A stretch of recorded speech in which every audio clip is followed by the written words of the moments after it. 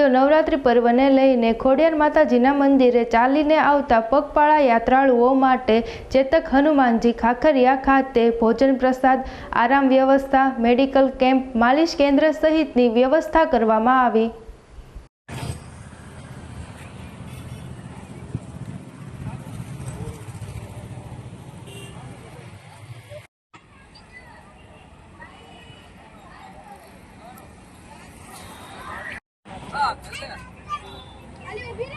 अंजी हाय